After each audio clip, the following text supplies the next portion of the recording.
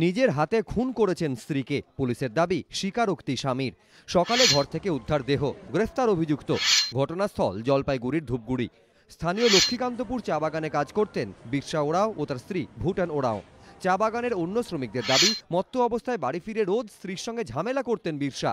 মঙ্গলবার সন্ধ্যাতেও হয়। স্থানীয় বাসিন্দাদের দাবি, সকালে তারা বাড়ির উঠোনে ভুটানের দেহ পড়ে থাকতে দেখে খবর দেন পুলিশে।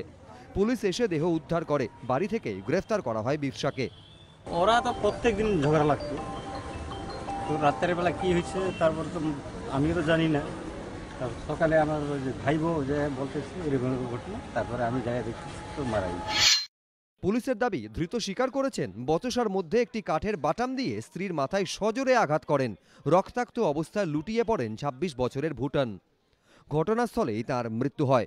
পুলিশ সূত্রে খবর, ধৃতকে জেরা করে জানার চেষ্টা হচ্ছে কিভাবে এই ঘটনা ঘটল। রাজা চট্টোপাধ্যায়, এবিপি আনন্দ, জলপাইগুড়ি।